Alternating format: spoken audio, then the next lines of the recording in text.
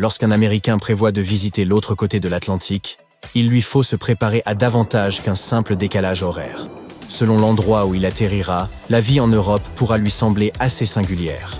Et il est donc préférable de faire quelques recherches avant de voyager. En parlant de ces petites différences, l'une des premières choses qu'il pourrait remarquer est l'absence de climatisation. Espérons qu'il ne soit pas trop dépendant de son confort, car la climatisation centrale n'est pas aussi omniprésente que ce à quoi il pourrait être habitué. Chez nous, il n'est pas rare qu'un appartement, un bureau ou même un restaurant tout entier se passe de clim. Contrairement aux Américains, nous comptons le plus souvent sur nos fenêtres et nos ventilateurs. Cependant, les endroits plus grands comme les supermarchés et autres centres commerciaux se débrouillent généralement pour être climatisés. L'eau dans certains restaurants d'Europe n'est pas toujours gratuite non plus, même si c'est une pratique courante aux États-Unis et en France depuis peu. Certes, la plupart des établissements vous proposeront une élégante bouteille de verre, mais vous la retrouverez également sur la note. De plus, si vous réclamez de l'eau, assurez-vous de préciser si vous la voulez plate, car vous pourriez recevoir de l'eau gazeuse à la place. Notre ami américain ferait également mieux d'oublier l'idée de recevoir un grand verre d'eau débordant de glaçons. Il pourra avoir de l'eau froide sortie du frigo, mais les Européens n'ont pas pour habitude de servir des tonnes de glace, comme cela se fait aux États-Unis. Si vous aimez faire du tourisme avec un petit budget, vous savez combien les toilettes publiques peuvent être utiles. Après des heures de marche, il est agréable de tomber sur un lieu d'aisance où l'on pourra se rafraîchir un peu. Eh bien, notre ami d'outre-Atlantique ferait mieux d'avoir de la petite monnaie dans ses poches, parce que, dans de nombreux pays d'Europe, comme la Belgique, il faut payer pour utiliser ces toilettes. Même les fast-food peuvent y nous facturer ce privilège. La meilleure solution est de se rendre dans un café ou un cinéma. Leurs toilettes sont généralement gratuites. De plus, aux États-Unis, les cabines de toilettes ont souvent un large espace au niveau des pieds. Certains disent que cette conception a été choisie pour des raisons d'hygiène et d'accessibilité.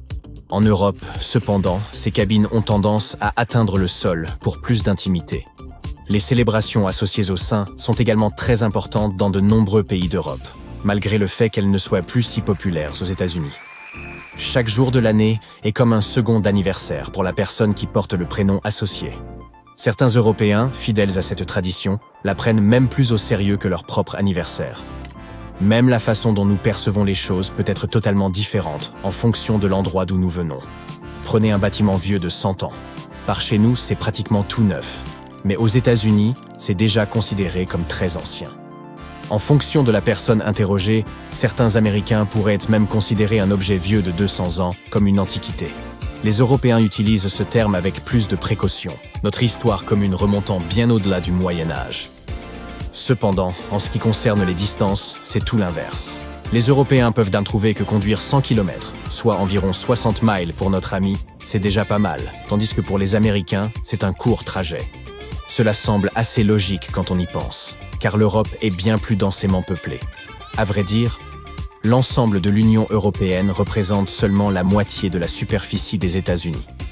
Quoi qu'il en soit, les Européens ne restent pas immobiles pour autant, que ce soit à l'intérieur de leur continent ou en partant à l'autre bout de la planète. C'est probablement parce qu'un grand nombre de pays européens sont si petits qu'il est normal et facile d'en franchir les frontières tout le temps. Même les appareils électroménagers ont tendance à être différents lorsque l'on compare les deux hémisphères. Prenez par exemple les machines à laver. En Europe, la plupart d'entre elles ne se raccordent qu'à l'eau froide, et beaucoup ont leur trappe à l'avant. Aux États-Unis, il est courant d'avoir des machines qui utilisent à la fois l'eau chaude et l'eau froide, et qui se remplissent par le dessus. À ce propos, assurez-vous de rechercher le type de prise électrique utilisé dans votre pays d'arrivée avant de vous y rendre. Vous pourriez découvrir que vous avez besoin d'adaptateurs spéciaux pour pouvoir utiliser votre chargeur de téléphone ou votre sèche-cheveux pendant vos vacances. Heureusement, la plupart des hôtels sont parés à cette éventualité et peuvent proposer des adaptateurs à la demande, et gratuitement. Les réfrigérateurs peuvent aussi sembler très différents à notre ami américain. C'est parce que les plus petits sont la norme en Europe, sauf pour les grandes familles qui investissent dans des réfrigérateurs et des congélateurs plus conséquents. Ce n'est pas plus mal, surtout si vous aimez partager les courses avec vos colocataires, réduire le gaspillage alimentaire et vous rendre plus fréquemment au magasin pour des aliments frais. Notre touriste aura aussi tout intérêt à perfectionner ses connaissances du système métrique avant de se rendre en Europe. Ici, nous parlons tous en mètres, en grammes, en litres et en degrés Celsius.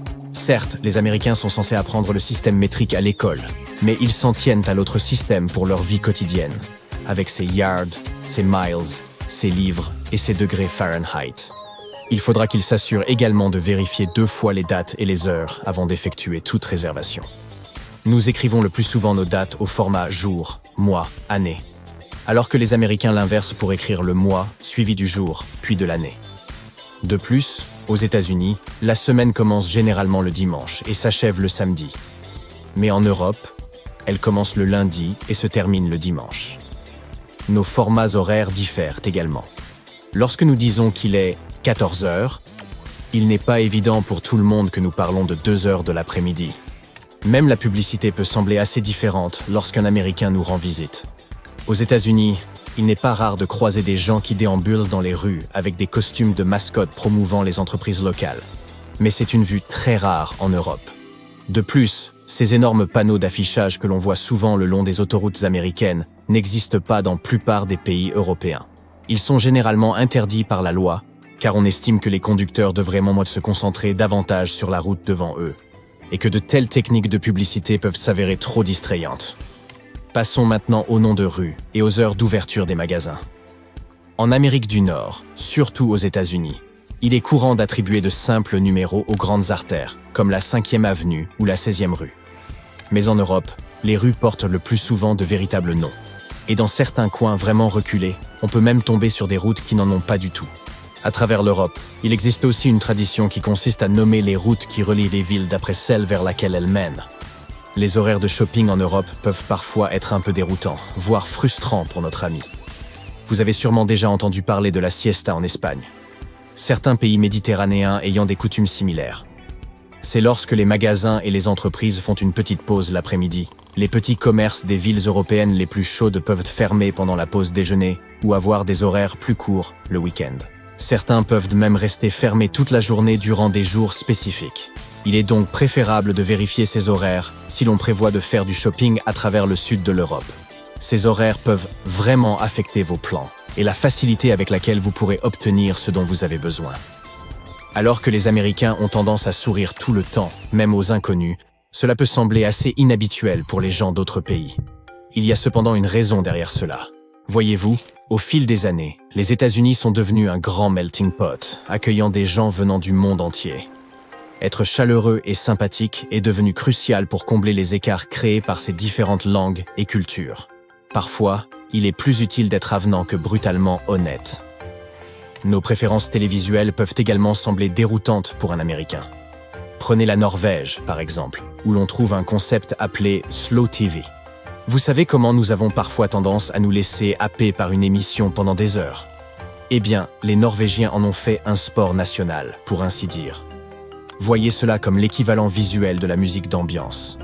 Personne ne reste vraiment scotché à l'écran, à regarder un feu de bois ou une session de tricot pendant des heures. Mais vous pourriez vouloir essayer quand vous aurez besoin d'un divertissement de fond qui ne réclame pas toute votre attention.